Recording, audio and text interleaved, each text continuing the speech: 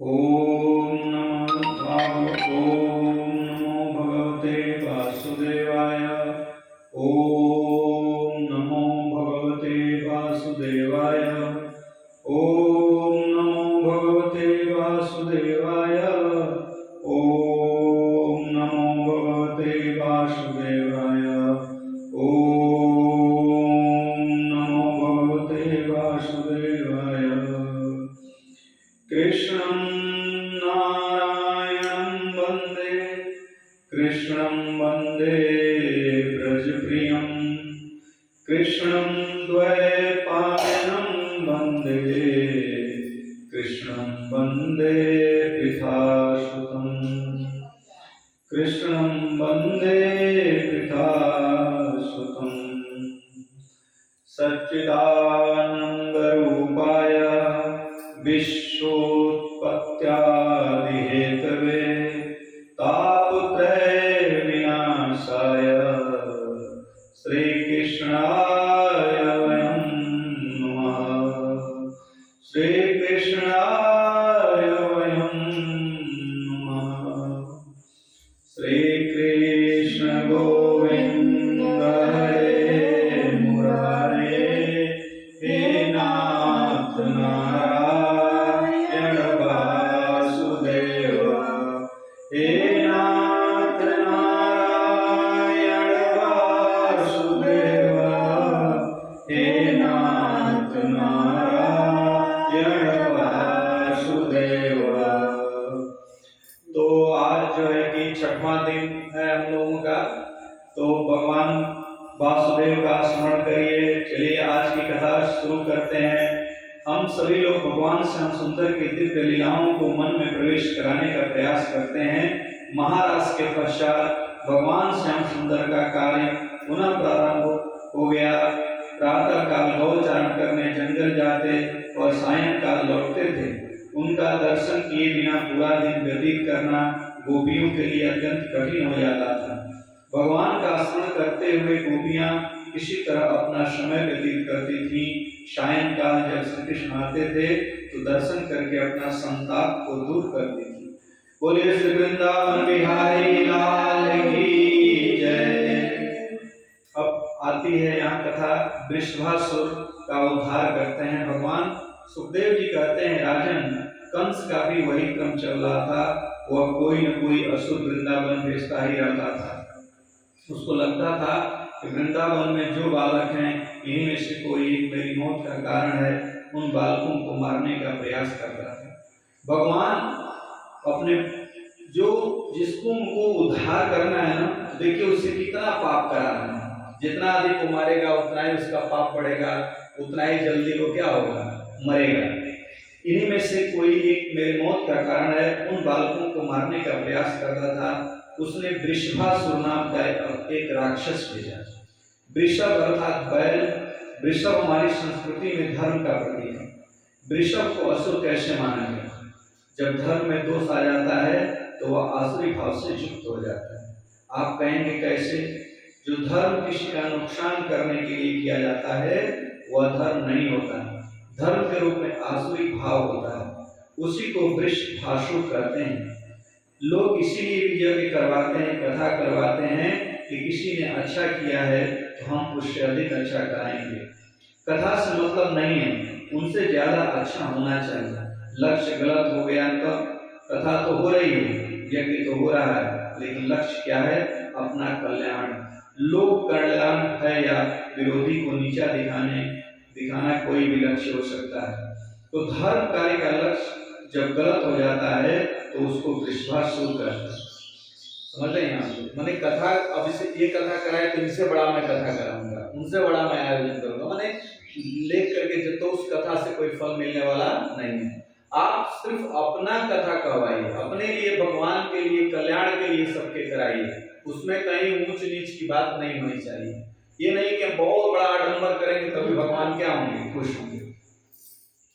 वृषभासुर ब्रज की गायों, बछड़ों और ग्वाल बालों को धमकाता है। भगवान के भक्तों को परेशान करे, यही आसुरी भाव है। भगवान श्री कृष्ण वृषभासुर के दोनों सिंहों को पकड़कर बहुत दूर तक पीछे धकेलते चले गए और उसे दोनों हाथों से उठाकर जमीन पर पटक दिया और उसका गोविंदाय नमो नमः हो गया। बोलिए श्री वृंदावन बिहारी लाल की जय। भगवान जब तक वृंदावन में रहे तब तक उन्होंने कोई अस्त्र शस्त्र धारण नहीं किया। ये बस हाथ ही से सबको मारते थे। वृंदावन का एक नाम है वृंदारण्य। जहाँ पर युद्ध किया जाए उसको रण कहते हैं, जहाँ लड़ने लायक भूमि हो उसको रणभूमि, और जहाँ रण नहीं है उसका नाम है अरण्य। वृंदा के कई अर्थ होते हैं। वृंदा का तुलसी होता है, श्री राधा रानी भी होता है, और महात्माओं के वृंद अर्थात समूह भी होता है। वृंदा के अनेक अर्थ हैं। यह रणभूमि नहीं है, इसलिए इसे वृंदारण्य कहा गया है। भगवान श्री कृष्ण ने भी उसी मर्यादा का पालन करते हुए वृंदावन में कभी अस्त्र शस्त्र धारण नहीं किया।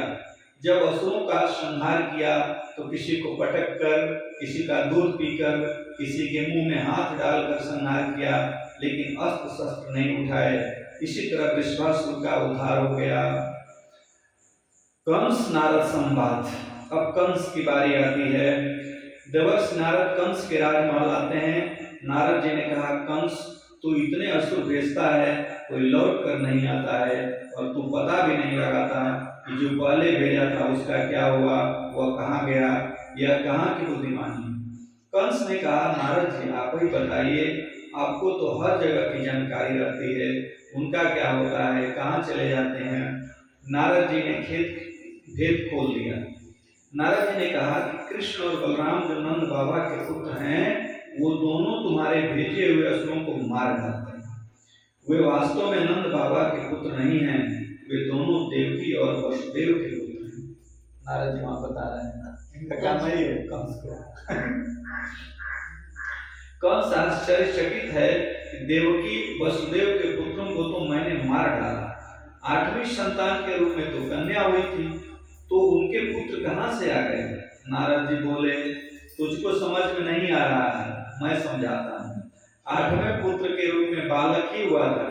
वसुदेव जी ने उस बालक को तुमसे छिपाकर गोकुल भेज दिया था और वहां से कन्या ले आए थे, यह तुझको मालूम ही नहीं है। व्यवहार में जो व्यक्ति इधर उधर लगाता है उसको लोग नारद कहते हैं।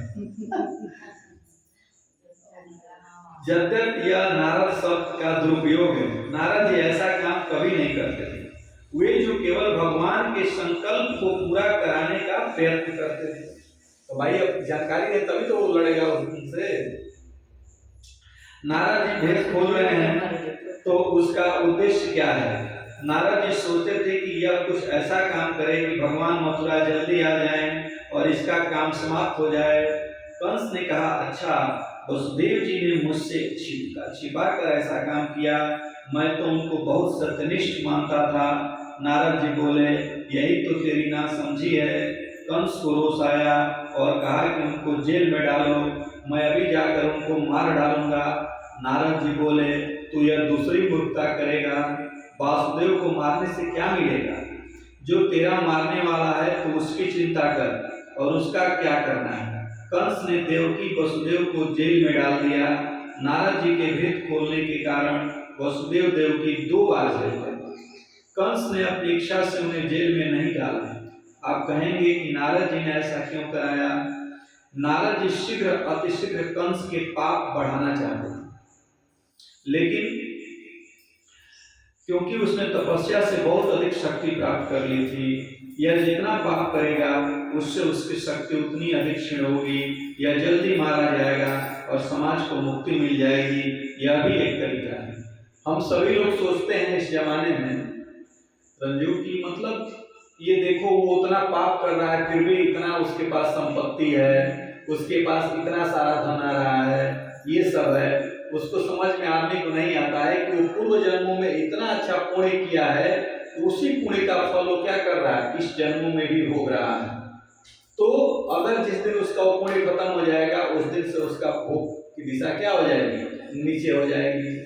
और यदि कोई बहुत अच्छा कार्य कर रहा है फिर भी बहुत दुखित है, परेशान है, वो उसको उस तरह से सुख नहीं मिल रहा है, तो ये समझ लीजिए कि आप पिछले, और भले ही इस जमाने में बहुत अच्छा कार्य कर रहा है फिर भी उसको सुख नहीं मिल रहा है, तो समझ लीजिए कि वो पूर्व जन्म में इतना पाप किया है कि उस पाप के कारण इधर जो ये पुण्य कर रहा है वो धीरे धीरे कट रहा है और वो केवल जी रहा है, नहीं तो वो खत्म हो जाता है।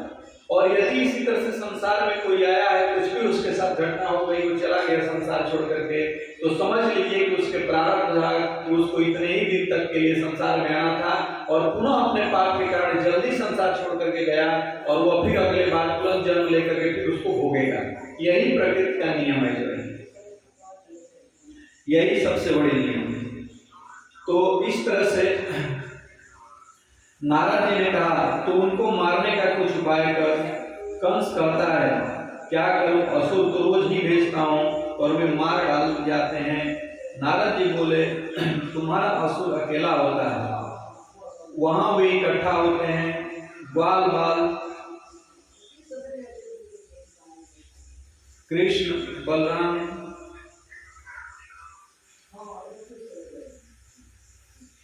सब मिलकर उनको मार डालते हैं। तो कुछ ऐसा योजना बना कि कृष्ण और बलराम को मथुरा बुला ले, यहाँ वे दोनों अकेले रहेंगे, तुम सब मिलकर उन्हें मार डालना। देखो नारद जी की क्या बुद्धि है।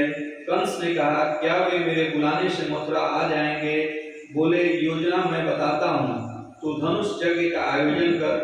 देखो यहाँ भी यज्ञ हो रहा है लेकिन गलत उद्देश्य से हो रहा है।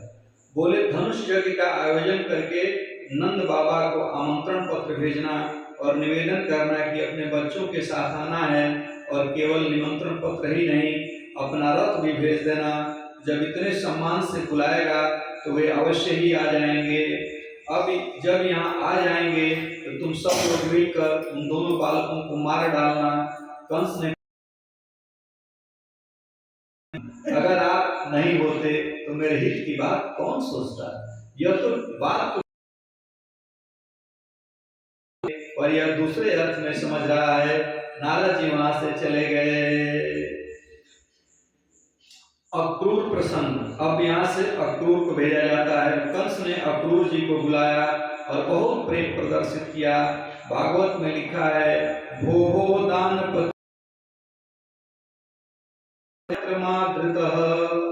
नान्यस्त्वत्तो हिततमो विद्यते भोज वृषणीषु। हे अक्रूर जी, इस समय मेरा आपसे बढ़कर कोई मित्र नहीं, मुझ पर बड़ी संकट आया है। मेरा एक काम है। अक्रूर जी बोले क्या काम है महाराज? कंस बोला मेरे स्वर्ण रथ लेकर आप वृंदावन चले जाओ, मैं धनुष यज्ञ का आयोजन कर रहा हूँ, करके ले आओ। अक्रूर जी बोले आप तो कभी किसी के लिए अपना रथ नहीं भेजते थे, आ जाएंगे। कंस ने सारी सच्चाई बता दी कि अक्रूर जी यज्ञ का तो लाना है और उन्हें मारना है, इसलिए किसी भी प्रकार से उनको यहाँ नहीं आए तो क्या होगा? अक्रूर जी इसी के रथ लेकर जाना है,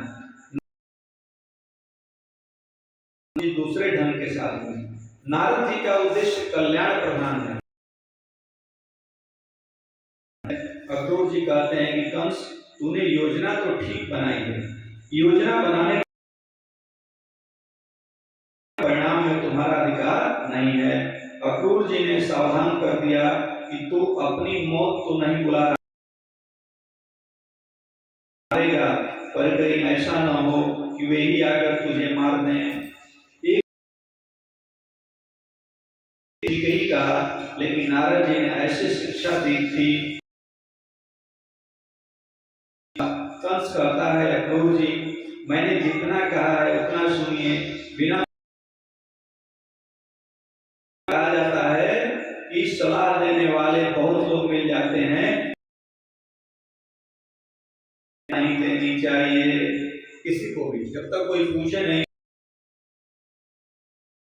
गलत कार्य के लिए भी पूछ रहा हो तो भी सलाह नहीं देनी चाहिए। तो सलाह दे दी और कंस कंस ने डांट लगा दी। आप रख लीजिए कीजिए। अक्रूर जी मन ही मन सोचने लगे कि ठाकुर जी इनका उद्धार कर। इधर कंस ने केसी नामक दैत्य को भेज दिया जो घोड़ा ने उद्धार किया। उद्धार करके भगवान श्री कृष्ण वृंदावन के बाद मथुरा से वृंदावन पहुंच गए। नारद जी ने भगवान श्याम सुंदर के आज आपने केसी का भी उद्धार कर दिया और परसों मैंने भगवान मुस्कुराए और बोले परसों इतनी जल्दी, अभी तो मैं कंस को कब मारना है, आप परसों बहुत जल्दी कर रहे हैं। नारद जी बोले मेरा काम है, मैं योजना बनाकर सीधे मथुरा से ही आ रहा हूँ। नारद जी ने कहा कंस आपको लेने के लिए अपना रथ भी भेजेगा, आपको केवल जाना है। नारद जी तुम नहीं होते तो हमारा काम आगे कौन बढ़ाता। नारद जी प्रसन्न के लिए एकादशी के दिन बुलाया। अक्रूर जी का एक मथुरा से वृंदावन द्वादशी को गए और त्रयोदशी को भगवान मथुरा आ गया। यह उसका क्रम है। मतलब एकादशी और चतुर्दशी। अक्रूर जी बिना मथुरा से रथ लेकर चल दिए। हम लोगों का भी चतुर्थी उत्साह है कि आज भगवान मिलेंगे। भगवान का जो भक्त है उसको यदि बता दे कि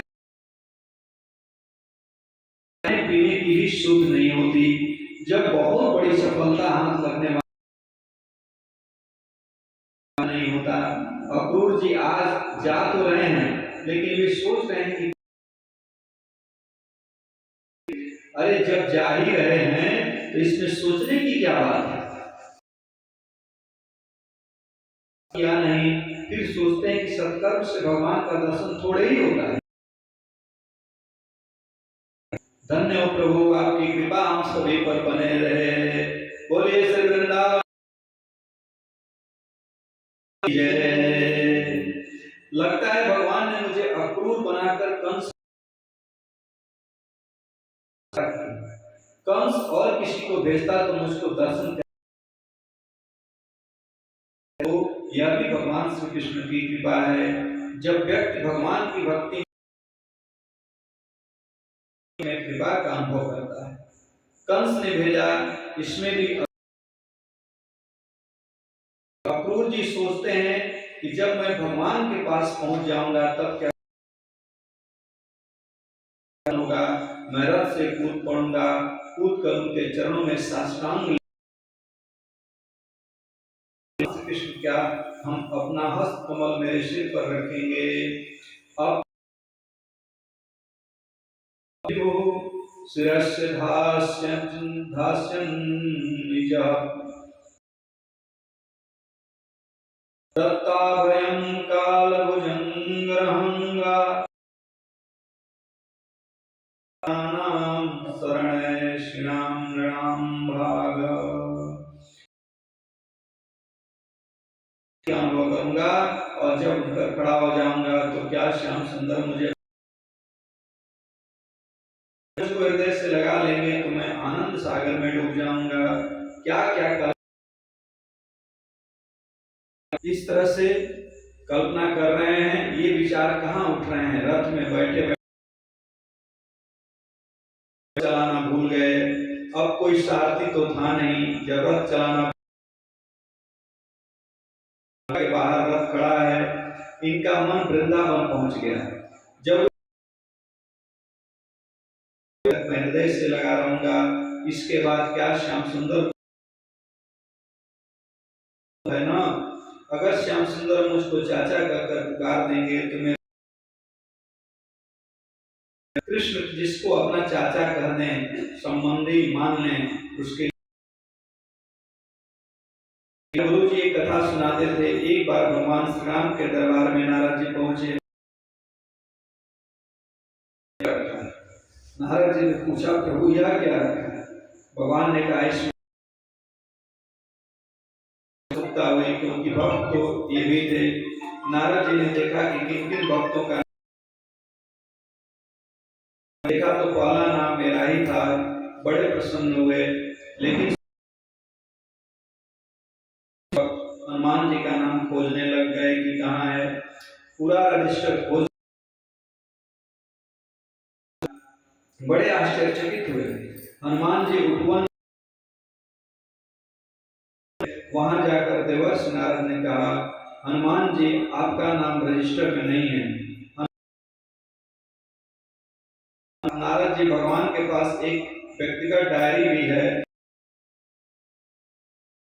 व्यक्तिगत डायरी तो दरबार में रखी नहीं जाती, वह तो पूछ कर ही लेना पड़ेगा। फिर गए, नारद जी बोले, प्रभु आप कोई व्यक्तिगत डायरी भी रखते हैं? पता लग गया है तो देख लो। देखा तो उसमें पहला नाम हनुमान जी का था। नारद जी ने प्रभु से कहा, प्रभु रजिस्टर में पहला नाम मेरा है, में अंतर क्या है? प्रभु ने कहा, जो प्रेम से मेरा भजन कर, जो मैं जिनका प्रेम से भजन करता हूं, उनका नाम मेरी डायरी में लिखा। जो मेरा नाम लेकर प्रेम से भजन करते हैं, उनका नाम रजिस्टर में है, और उनका नाम मेरे क्या है? डायरी में है। तो इसलिए भगवान जो हनुमान को प्रसन्न करेगा, वो भगवान राम के पास चला जाएगा। की जय। नारद जी, बस इतना ही अंतर है, हृदय में विराजमान होता है। अक्रूर जी सोच रहे हैं कि जब मेरा मनुष्य जीवन सफल हो जाएगा, यानी भगवान जब मुझे बुलाएंगे तो मेरा तो यह भाव कितनी देर चला, पूरा दिन बीत गया, प्रातः काल निकले, आगे गया ही नहीं। सायंकाल होने आपको आ गया। भगवान ने देखा कि अक्रूर तो स्वयं वृंदावन पहुंचने वाले हैं नहीं, से बोले, जाओ इनके रथ को वृंदावन पहुंचा दो, इनके बस का नहीं है। जो माया गई, रथ को वृंदावन तक पहुंचा तो बछड़ों और ग्वाल बालों की आवाजें सुनाई पड़ी। अक्रूर जी का भाव हो गया था। रथ के ऊपर खड़े हुए, फिर बैठ गए। भगवान श्री कृष्ण और बलराम के चरण चिन्ह बने हुए थे। ऐसा लगता है कि हुए हैं, रथ से कूद गए, धूली में लौटने लगे। और यही बात है, आज भी लोग जाकर बन जाता है, लोग जो है कि लेट लेट करके, पूरा एक जगह है वहीं पर खूब लोग लेटते हैं। यहाँ से गए हैं, उन्हीं के चरण प्रेम के आंसू हैं। सुखदेव जी का हो जाए, जो दशा अभी अक्रूर जी गुणता है। अक्रूर जी उठ गए, पूछा, भैया कृष्ण बलराम कहाँ मिलेंगे? लोगों ने कहा कि वे तो निकालते हैं। भगवान श्री कृष्ण और बलराम को चल पड़े। यहाँ श्री कृष्ण का कैसा रूप था जानते हो? सिर पर पीटा कसे हुए हैं, हाथ में बाल्टी लिए हुए। देखा होगा कि जो लोग दूध निकालते हैं, जब सिर पर रस्सी बांधते हैं, हाथ में बाल्टी लिए हुए, बड़ा हृष्ट पुष्ट शरीर है, श्याम सुंदर पीतांबर, दोनों को देखकर अक्रूर जी मिश्री खाने वाले हृष्ट पुष्ट मरियल रहने की संस्कृति नहीं थी, जो दुबले क्या क्या भोजन नहीं मिलता है। आजकल तो जानबूझकर भोजन दूध घी मक्खन से ये भाग्य में नहीं है, ये सब कहां से खाएंगे। बलराम का हृष्ट पुष्ट शरीर देखा तो उन्होंने जैसा विचार किया था, चरणों में साष्टांग लेट गए। भगवान श्री कृष्ण पीठ पर हाथ लगाया। अक्रूर जी जब उठकर खड़े हृदय से लगे रहे। अक्रूर जी जैसे ही सावधान हुए, सो जाता कि चाचा जी सब कुशल तो है ना। धन्य हो प्रभु, एक शब्द का भी अंतर नहीं हुए थे। तो वहां भी मानो श्री कृष्ण बैठे हुए थे। श्री कृष्ण बलराम दोनों उनको लेकर महल में आए। उन्हें दिन बीत गया। पहले दिन एकादशी थी और दूसरे अक्रूर जी को स्नान के बाद भोजन कराया। फिर वे पलंग सेवा करने लग गए। अब चाचा जी बनाया है, चरण दबाने लगे। यही है भक्ति की महिमा। चरण सेवा कर रहे हैं और पूछ रहे हैं कि आज अचानक आते नहीं, क्या बात है। अक्रूर जी ने सब कुछ सच माना तो यज्ञ का है, लेकिन योजना ने कहा यह सच्चाई हमको बताई तो बताई। यदि आपने बाबा को बता दिया तो वे हमको मतलब, तो क्या मैं नंद राय जी से झूठ बोलूं। कन्हैया मत बोलना, मैं झूठ बोल दूंगा। धन्य हो प्रभु, झूठ बोलते भी हो। बोलिए श्री वृंदावन। इस अवतार में तो मुझको झूठ से कोई बोलूंगा, कोई बात नहीं है।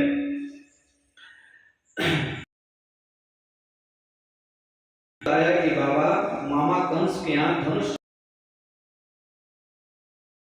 सोने का रथ भेजा है, सारथी इतना जीवन व्यतीत हो गया, परंतु मेरे यह तो कोई चमत्कार है। इनके लिए रथ क्यों भेजा है। कन्हैया बोले करना क्या है, कल सुबह चलना है, भेंट लेकर चलना है। रात्रि में नंद बाबा ने घोषणा कर दी कि तो देखने के लिए मथुरा जाएंगे। तैयारी के आनंद में ग्वाल बाल उत्सव देखेंगे, जैसे बच्चों का उत्साह होता है। लेकिन गोपियों को नहीं आई, लेकिन कारण दोनों के अलग अलग। तो गोपियों को कष्ट के कारण नहीं आई। गोपियों को लग रहा है कि जाएंगे तो कब आएंगे। गोपियों का ये प्रेम ब्रह्म मुहूर्त में नंद बाबा के दरवाजे पर रोना आरंभ कर देते। न क्वचित दया तांस चाकृतार्थान विक्रीडतम ते भक्तचेष्टितम यथा। थोड़ी सी भी दया नहीं है। अगर हमारा कृष्ण से इतनी जल्दी गोपियां करेंगी ब्रह्मा जी से, ब्रह्मा तो जैसे लगता है कि तुमने इस कठोर व्यक्ति का नाम अक्रूर रखा। अक्रूर अर्थात दयालु। बोले यह अक्रूर कहाँ है, हमारे प्राण छीनने के लिए आया है। इसको अक्रूर कैसे कहा जा सकता है? इसका नाम है, हम जीते जी श्री कृष्ण और बलराम का रथ वृंदावन भी कहे, संसार कुछ भी कहे, लेकिन श्याम सुंदर से वियोग हमको सहन नहीं होगा। श्री कृष्ण जी का मथुरा प्रस्थान होता है। प्रातः काल अक्रूर जी श्री कृष्ण और बलराम के साथ रथ में बैठ गए। बड़ी विलक्षण लीला है और समर्पण देखिए। श्री कृष्ण बलराम रथ में बैठ गए। उनका निर्णय है कि जब तक हम जीवित हैं तब तक ठाकुर जी का रथ वृंदावन से श्री कृष्ण और बलराम रथ में बैठ चुके हैं। श्री कृष्ण ने अक्रूर जी छोड़ दें, मैं जल्दी लौट कर आ जाऊंगा। यहाँ पर दो बातें, प्रेमी हैं। क्या श्री कृष्ण स्वयं यह बात गोपियों से नहीं कर सकते थे? चारों तरफ खड़ी हैं और रो रही हैं, लेकिन स्वयं न कहकर अक्रूर जी से कहलवाते हैं, जल्दी आ जाऊंगा। कब आऊंगा या नहीं बताया हूं, कब आऊंगा। जैसे ही गोपियों ने देखा कि श्री कृष्ण कह रहे हैं कि रास्ता, जब गोपियां रास्ते से अलग हो गई, यह है प्रेम, यह है प्रेम और समर्पण। हमारा जीवन जाने में खुशी है तो उनकी खुशी में हम कभी बाधक नहीं बनने को मिलेगा। कहाँ देखने को मिलेगा? श्री कृष्ण दिखाई दे रहा है, वहां तक गोपियां देख रही हैं। रथ दिखना उसे भी देख रही हैं। चाहे यशोदा मैया की याद करके लौटा है, लेकिन रथ आगे चला गया। रथ में देख रही हैं। यह है प्रेम, जब वह और अपने अपने घरों में श्री कृष्ण के प्रत्यागमन की आशा, क्योंकि भगवान ने कहा है कि मैं जल्दी लौट करके आऊंगा। अगर तो उनके जाते ही गोपियों का जीवन भी चला गया होता है। भगवान फिर लौट कर नहीं आए, लेकिन बोल कर गए थे कि मैं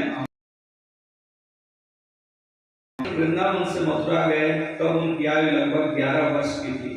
इतने समय गुरु जी जमुना स्नान करके बंधन कर रहे थे, तो उन्होंने देखा कि जमुना जी के अंदर, सोचा कि मैं तो इनको रथ में बैठाकर आया था, अंदर कैसे आया? अंदर गए तो गुरु जी ने ध्यान से देखा तो भगवान शेष और पर भगवान की प्रार्थना करने लगे। नतोस्म्यहं नारायणं पुरुषमाद्यं मानाभिजाता दरविंद को विलासित यते श्लोकः। मैं आपके चरणों में प्रणाम करता हूँ। संपूर्ण संसार के अभिन्न प्रभु, आपकी नाभि से कमल उत्पन्न हुआ। सारी सृष्टि है, इसलिए सृष्टि के पालन करता आप ही हैं। करता हूँ प्रभु। स्तुति करके अक्रूर जी जब जमुना में बैठे हुए थे, कन्हैया ने पूछा, चाचा जी आज बहुत देर तक अंदर कोई विशेष घटना हो गई? अक्रूर जी समझ गई। वहां तो ये दोनों ही दिखाई दे रहे हैं। प्रेम के कारण अक्रूर जी को डर लग रहा था कि कृष्ण अक्रूर जी को अपना असली रूप स्वरूप दिखा दिया कि आप डरो हम कंस का उद्धार करने के लिए ही हमारा अवतार हुआ है। अक्रूर जी ने बलराम मथुरा पहुंच गए, जहां आनंद बाबा इत्यादि पहले ही पहुंच चुके थे। कन्हैया ने कहा, चाचा जी अब हमको यहीं छोड़ दो। और अक्रूर जी ने कहा, प्रभु आपने दर्शन दे दिए, आप मथुरा आए हैं तो मेरे घर को पवित्र करने अवश्य पधारें। लेकिन पहले जिसने बुलाया है उसका काम तो पहले आऊंगा। अक्रूर जी चले गए और कंस श्री कृष्ण ने बाबा से पूछा, धनुष यज्ञ तो कल है, तो मैं ग्वाल बालों को मथुरा नगरी दिखा कर ले आऊं, लेकिन तुम लोग बहुत उपद्रवी हो। वृंदावन संभाल लेता हूँ, यहाँ कंस का राज्य है, यदि कोई उपद्रव करोगे। बाबा हम बड़े हो गए हैं, अब हम उपद्रव तो कोई नहीं करेगा। आओ सावधानी से रहना। भगवान राम और लक्ष्मण जब जनकपुर गए, वो भी पहले घूमे, जनकपुर को घूमना हो रहा है। उसी तरह से भगवान मथुरा में भी गए, देखना चाह रहे कि मथुरा क्या हो रहा है, और उसी बहाने सबको दर्शन, की जनता मुझे क्या करेगी, देख लेगी, तो वो भी जो है उद्धार हो जाएगा। भगवान की गजब की महिमा है। धन्य हो प्रभु। बलराम ग्वाल बालों के साथ नगर भ्रमण करते निकल पड़ते हैं। मथुरा को प्रजा को मालूम है कि कल धनुष यज्ञ का उत्सव है। कलश रखे हुए हैं, कलश के ऊपर दीपक प्रज्वलित किए गए हैं और दरवाजे पर सोने और चांदी के पत्ते लगाए गए हैं। राज का छिड़काव किया गया है। मथुरा का वैभव देखते हुए जब कोई आदमी देहात का रहने वाला वहां देखता है कि लाइटें, बड़ी बड़ी बिल्डिंगें, इमारतें, तो उसको भगवान भी इसी तरह की, भगवान तो सब रचना करने वाले हैं, लेकिन तो भी जब ग्वाल बालों के साथ घूम रहे हैं, तो मथुरा शहर है, वो गांव देहात से गए, क्योंकि राजधानी है मथुरा वहां की।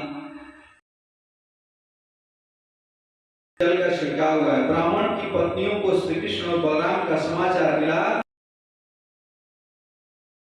वहां पर एक बार यज्ञ में गए थे, याद है आपको, पीछे कल कहानी को सुना रहे थे कि ब्राह्मण, तो जब उन ब्राह्मण पत्नियों को श्री कृष्ण और बलराम का समाचार, जो घर की बड़ी बूढ़ी थी वे और ठाकुर जी का दर्शन करने लग गई। बहु बेटियां भी महलों की छत पर,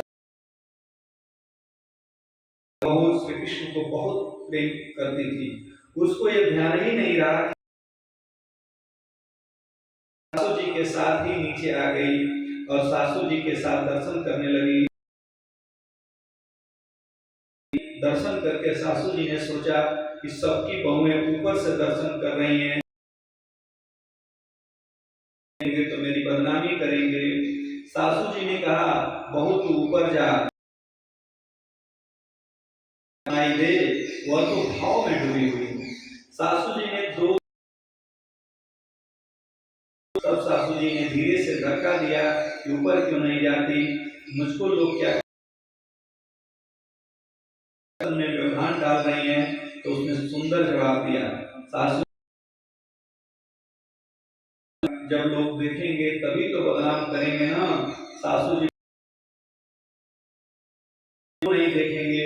बड़ा सुंदर जवाब देती है, सासू जी साली होगा जो मुझको देखेगा। यहाँ पर तो सब ये सब तो श्री कृष्ण को देख रहे हैं।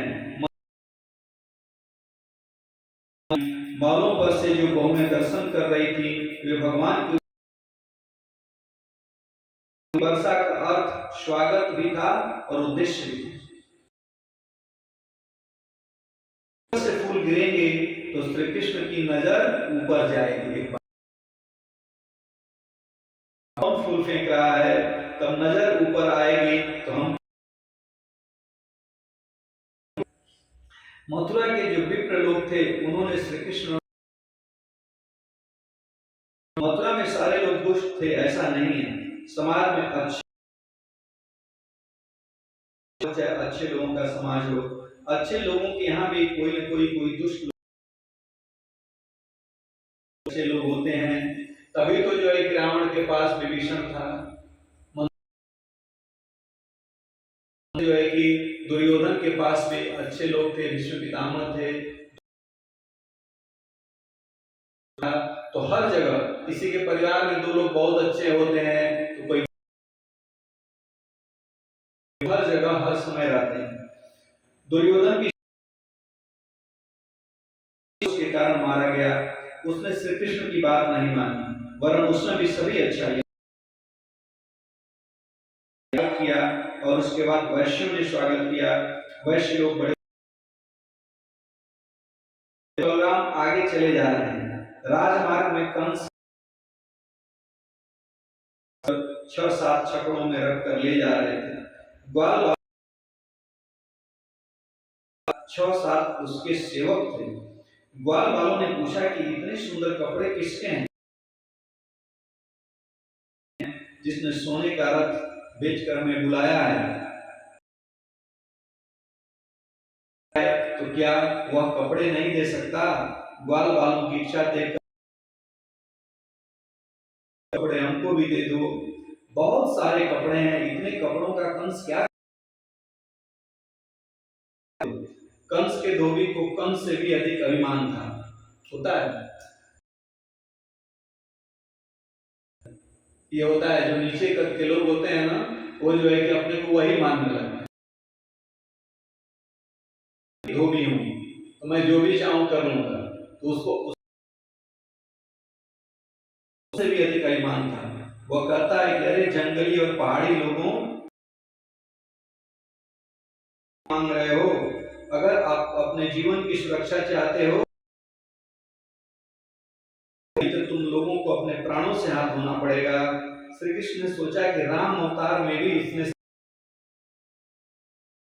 था और यहाँ भी आकर के जो है मुझे पर कलंक लगाया था, आज यह फिर मिल गया। उस समय मैं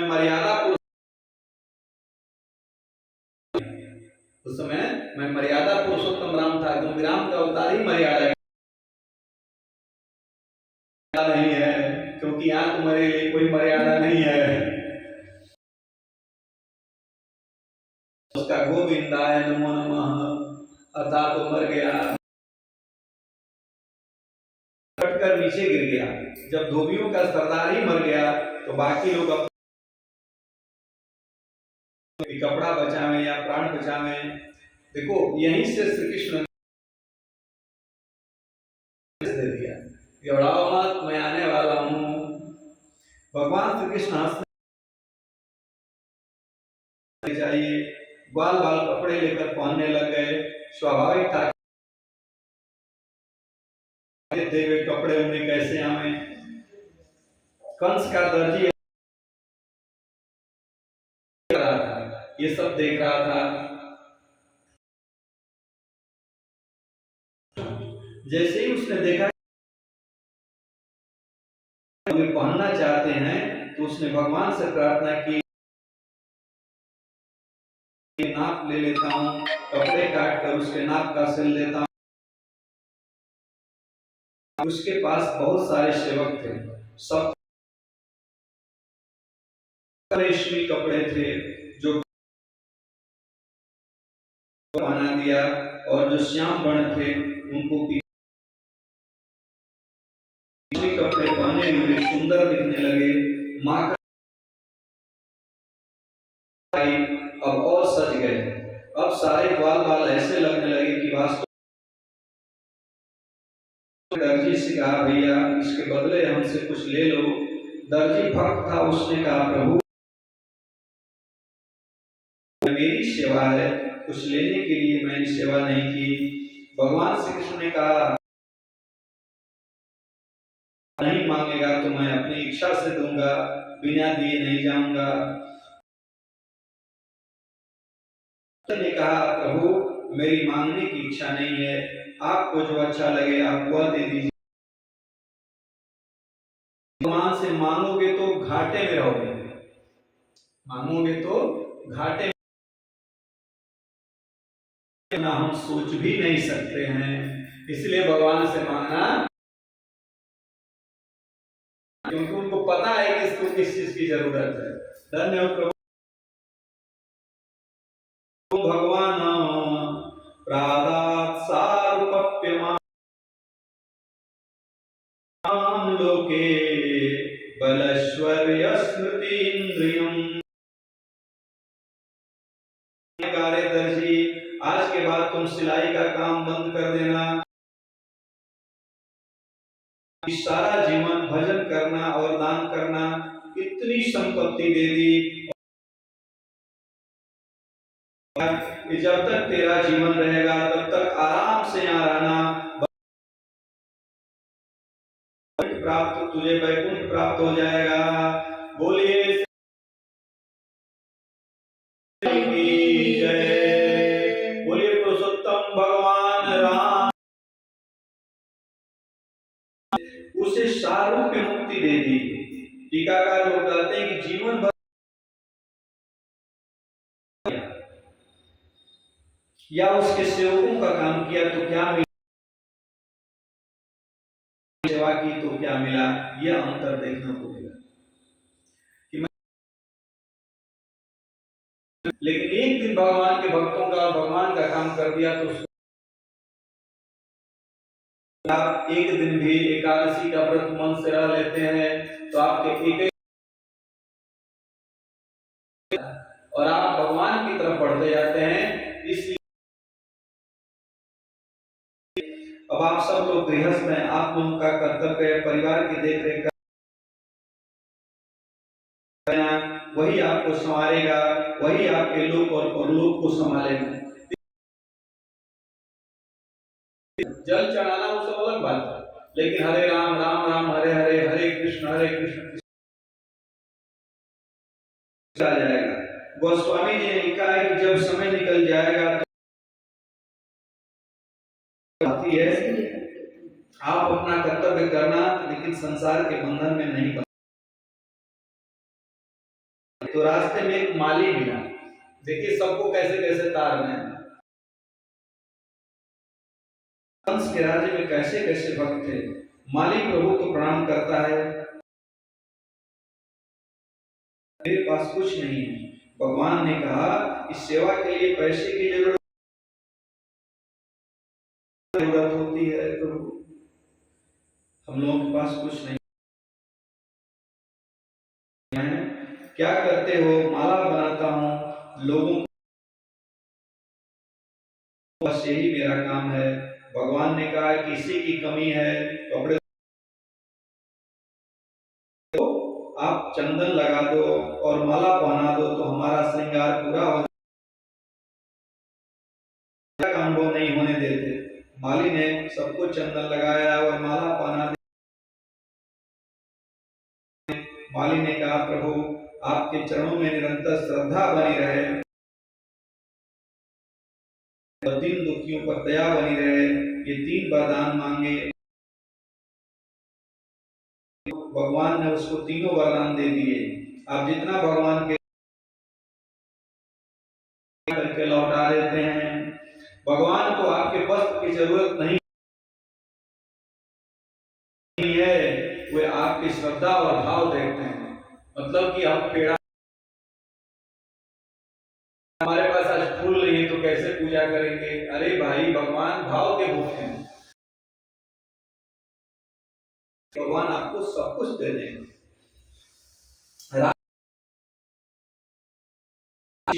देवी हाथ में कटोरा लिए हुए आ रही है, कुब्जा। यह जन्मजात कुब्जा पिछले जन्म की शूर्पणखा थी। राम अवतार में उन्होंने भगवान का वर्ण किया था, लेकिन वे मर्यादा पुरुष नहीं था कि कैसे उसका वर्ण करें। लोग कहते हैं कि नाक कान काट भगवान का उद्देश्य था कि जिसने एक बार मेरा वर्ण कर लिया नहीं जा सकता है। नाक कान काटने का एक उद्देश्य था। कान इसलिए काटा कि उनको लगा कि इसने एक बार मुझे अपना पति मान लिया, तो फिर अगर इससे कोई दूसरा शादी करेगा तो फिर वो ऐसे सुंदर रहेगी, इस तरह से रहेगी, तो इसकी दूसरी शादी हो जाएगी, इसलिए उसका नाक नहीं कर पाएगा। तो ये उनका उद्देश्य था। यह था कि शूर्पणखा ने मेरा वर्ण कर लिया है, तो इसका विवाह कहीं, उसका विवाह कहीं हुआ नहीं, और अगले जन्म में उसको जन्म इसका विवाह नहीं हुआ, उसको इसलिए उस तरह से कुबड़ी बना दिया। भगवान ने इतने समय से इसने कामना की थी, किसी भी रूप में की थी, लेकिन भगवान ने कुब्जा को आवाज लगाई, हे सुंदरी, तू कौन है, यह क्या लिए है? कुब्जा को आज तक किसी ने सुंदरी कहकर नहीं बुलाया। कुब्जा को आश्चर्य हुआ कि मुझको सुंदरी कहने वाला कौन है, तो को भी मोहित कर ले। श्री कृष्ण के लिए कुब्जा का सौंदर्य कोई महत्व नहीं रखता है, लेकिन कुब्जा रुक जाती है। जब मुड़कर देखा तो श्याम सुंदर पीछे।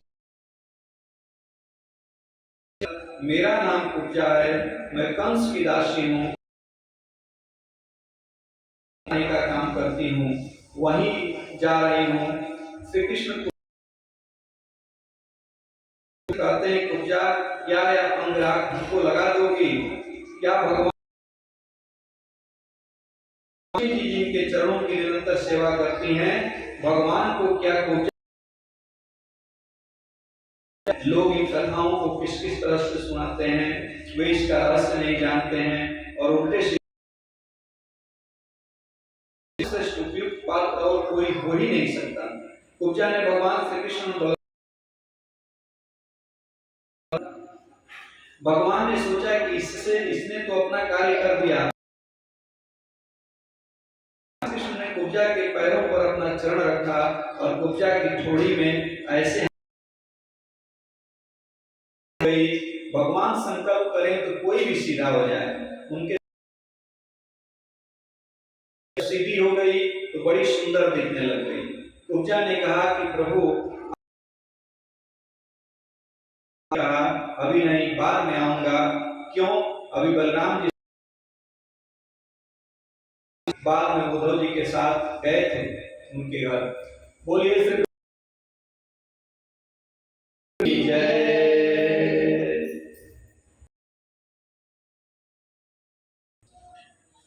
इसके बाद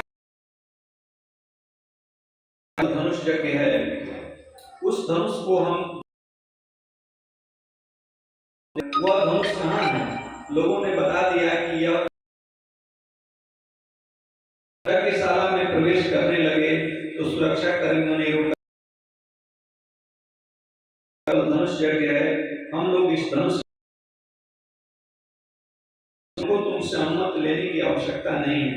ये बोले हम नहीं जाने। झगड़ा हो गया। श्री कृष्ण, बलराम और ग्वाल वालों ने इतनों को लिया और जोर से खींचकर तोड़ दिया। भयंकर टुकड़ा श्री कृष्ण जी ने ले लिया और दूसरा टुकड़ा बलराम जी ने ले लिया, प्रारंभ कर दिया, बहुतों को मार डाला, कुछ घायल बचकर कंस के क्या हुआ? बोले महाराज धनुष यज्ञ आज ही हो गया। अरे महाराज क्या हो गया? वे बोले धनुष तोड़ दिया गया। कंस बोले महाराज हम लोग भाग कर नहीं आते तो कोई सूचना देने वाला भी नहीं मिलता। आपने नंद बाबा के जिन दो बालकों को बुलाया है, उन्होंने सारे नगर में उपद्रव मचा, हमारे कितने सुरक्षा कर्मियों को मार डाला। हमको लगता है कुछ अनहोनी होने, उसको रात्रि में नींद नहीं आती है और नींद लगकर टूट टूट जाती है। उसको लग श्री कृष्ण बलराम धनुष तोड़कर लौट आए और बाबा के पास आकर बैठे। अच्छी लगी? बोले हाँ बहुत अच्छी लगी। नंद बाबा ने कहा कन्हैया कोई उपद्रव तो नहीं किया? ग्वाल वालों से पूछ लो कैसी ढिठाई से झूठ बोलते थे। देख रहा है उसके शरीर में उसका सिर दिखाई नहीं दे रहा है और अपने शरीर वृक्षों पर सोने के फल दिखाई दे रहे हैं, अपने शरीर में पैर दिखाई नहीं दे, गधे पर बैठकर कहीं जा रहा है, उसकी श्वास भी स्वयं को सुनाई नहीं दे रही। हो गया, उसको लगा कि मेरी मौत शीघ्र आने वाली है, ऐसा स्वप्न। कंस रात भर सो नहीं सका।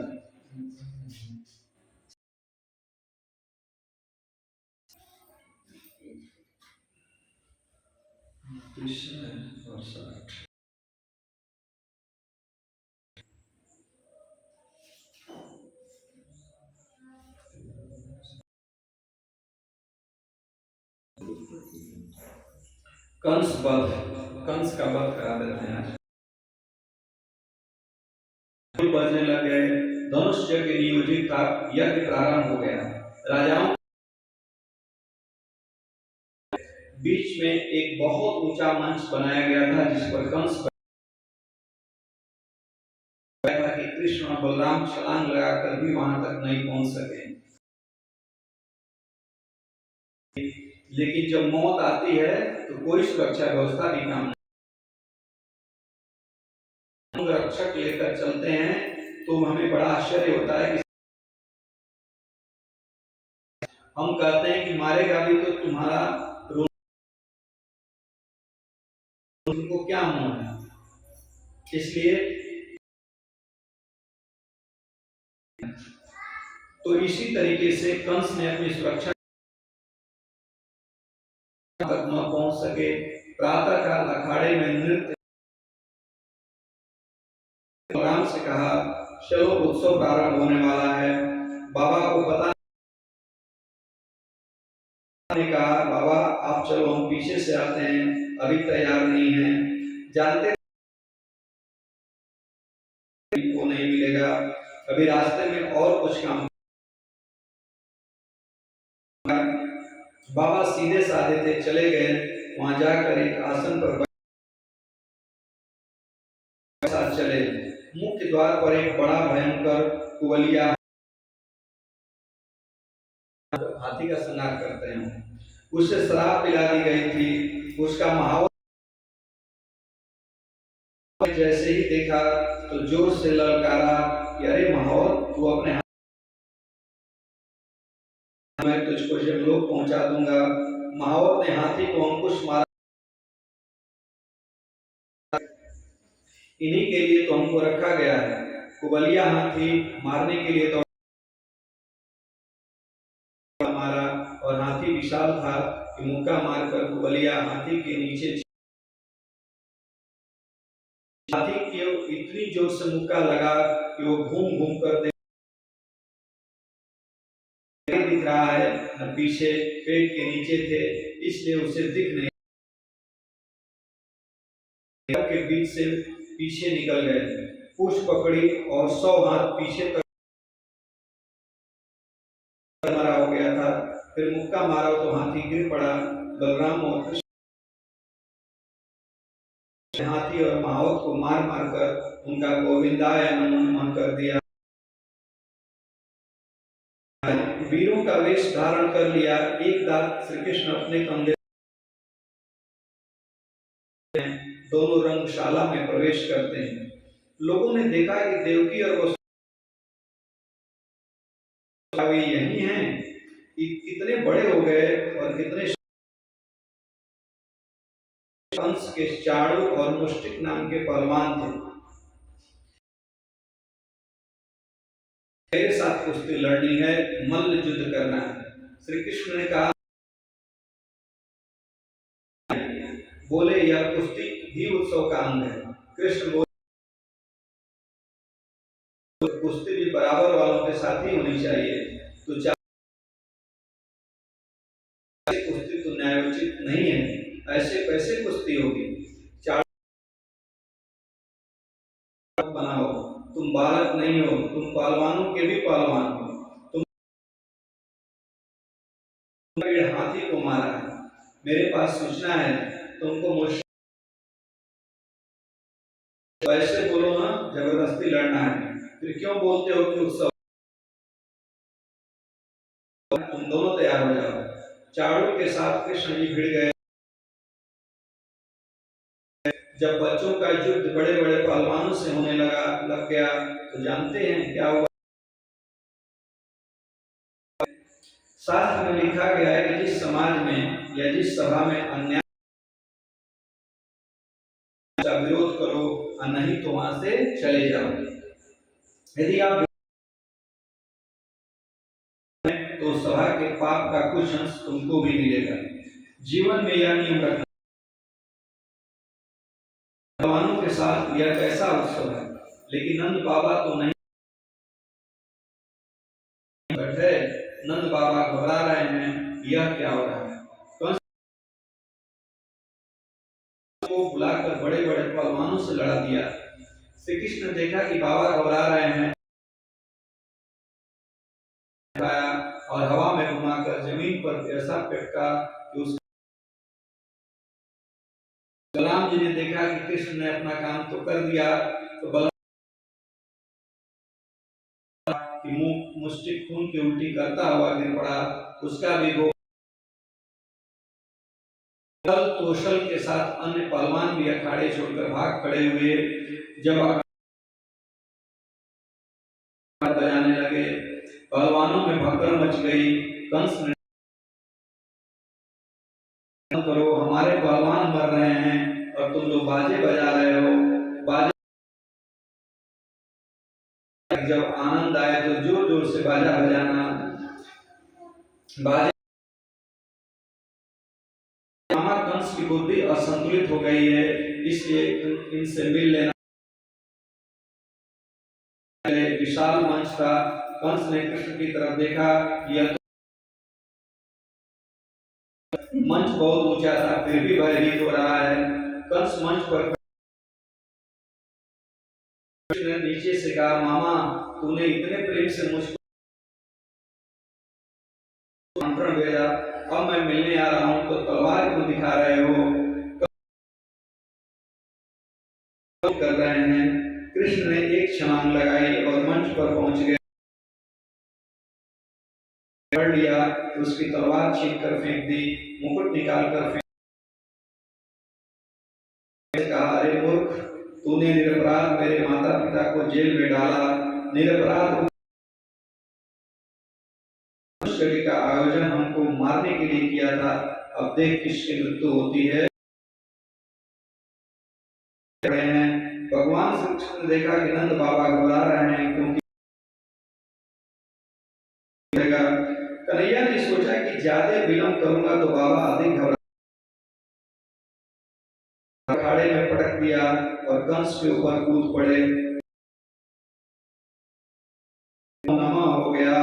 बोलिए श्री वृंदावन बिहारी लाल की। और घबरा रहे हैं, उन्हें भरोसा नहीं हो रहा है कि कंस मरा भी है, तो मर नहीं सकता है। अब कन्हैया को क्या करना पड़ा। कंस के पास गए। बाबा को विश्वास दिलाना है कि कंस अब संसार में नहीं रहा है। मिली, कंस के 8 भाई थे, वे भी आ गए। जब सभी लोग मर गए तो आकाश से देवता फूलों की वर्षा करने लग गए, नृत्य करने लग गई। इसके बाद कंस की दोनों पत्नियां कंस के शव को लेकर रोने लग जाती हैं। भगवान कृष्ण समझाने जाते हैं, प्रारब्ध ही इतना था, हमको बड़े प्रेम से सोने का रथ भेजकर बुलाया है। मैं तो मामा से मिलने के लिए गया था, लेकिन मामा मंच से सकता है। अस्त्र प्राप्ति को मालूम था कि इसी ने मारा है और नाटक कर रहा है। नमस्कार किया और अपने पिता जरासंध के घर चली गई। भगवान श्री कृष्ण और उग्रसेन को कैद से मुक्त करते हैं। देवकी वसुदेव हैं। आप कल्पना करें, लोग कहते हैं कि हमारे जीवन में बड़ी आपत्ति है, देव के जीवन में ज्यादा आपत्ति है कि हमारे जीवन में मार दिए गए हों और जिनका प्रिय पुत्र उनसे हटा करके दूसरे जगह उसका लालन पालन हो रहा है, आपको कितनी आपत्ति है। आप विचार करें, जिनके 6 बच्चे जेल में डाल दिया गया है, वे अपने बच्चों से भी 11 वर्ष तक नहीं मिल सके। की सच्चाई है। आपत्ति से घबराना नहीं चाहिए, करना चाहिए और उस पर विजय पाना चाहिए। पता है तो वह व्यक्ति कुछ नहीं कर सकता, जो सामना करेगा। वसुदेव ने जब श्री कृष्ण को अपने हृदय से लगाया तब उन्हें शांति मिली। इतने वर्ष कृष्ण ने उग्रसेन को पुनः मथुरा का राजा बना दिया। उग्रसेन छोड़कर जो लोग भाग गए थे वे भी वापस आ गए और बड़े प्रेम से मथुरा राज्य चलने लगा। कृष्ण और बलराम नंद बाबा के पास आए, प्रणाम किया और विनम्र, बड़ी विनम्र थी, लेकिन जो उसका अर्थ था वह हृदय विदारक। को लेकर वृंदावन चले जाएं। कुछ देर तक तो नंद बाबा जाऊंगा, ऐसा कह देते कि नहीं जाऊंगा तो शायद नंद बाबा मैं थोड़ी दिन बाद आऊंगा, क्योंकि देवकी माँ और इनको सांत्वना देकर मैं वृंदावन आऊंगा। नंद बाबा को लगा कि अगर मुझे ऐसा पहले मालूम होता कि तो शायद मैं कृष्ण और बलराम को लेकर मथुरा नहीं आता। 7:30 हो गया। यह है कि मैं यशोदा को जाकर क्या कहूंगा, आएंगी तो मैं क्या जवाब दूंगा। लेकिन धन्य है ब्रजवासी ने कहा कि हम अकेले नहीं जाएंगे, तुमको भी चलना पड़ेगा। से लगा लिया और रोने लग गए। उसके बाद नंद बाबा बाल बालों को लेकर वृंदावन के चलकर किसी तरह वृंदावन पहुंच जाते हैं। वृंदावन पहुंच तो यशोदा जी अत्यंत उत्साह से दौड़ती हुई आती हैं कि बाबा लाला आ गया। दरवाजा खोला, बाबा को प्रणाम किया, बाबा से पूछा कि कन्हैया कहाँ है। बाबा जानते थे कि इस प्रश्न का नहीं बोले। यशोदा जी सोच रही है कि बड़ा दिखाई नहीं दिया, तो बाबा से फिर पूछा कि कन्हैया कहाँ है।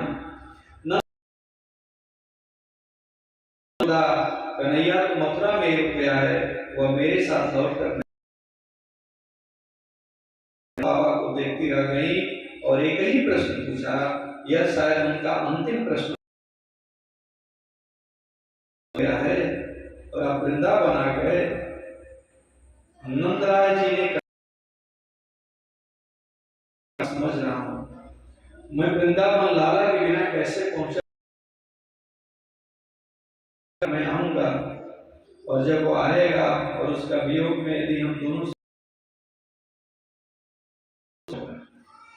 इसलिए हमको उसके लिए जीना, हो गई, किसी से वार्तालाप नहीं करती थी। श्री कृष्ण के आने की प्रतीक्षा में जीवन व्यतीत करने लगी। वृंदावन बिहारी लाल की जय, कृष्ण भगवान की जय। अब उद्धव का पढ़ेंगे। श्री कृष्ण गोविंद हे नाथ नारायण, श्री कृष्ण गोविंद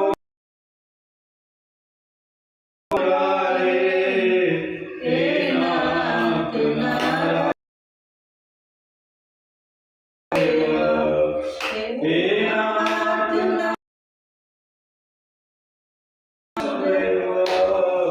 हे नाथ वासुदेव, श्री कृष्ण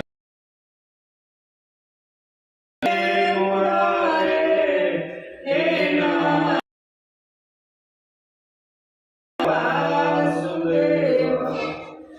बोलिए बोलिए श्री वृंदावन बिहारी, बोलिए दुर्गा मैया, बोलिए लक्ष्मी मैया की जय, की जय, बोलिए ब्रह्म बाबा।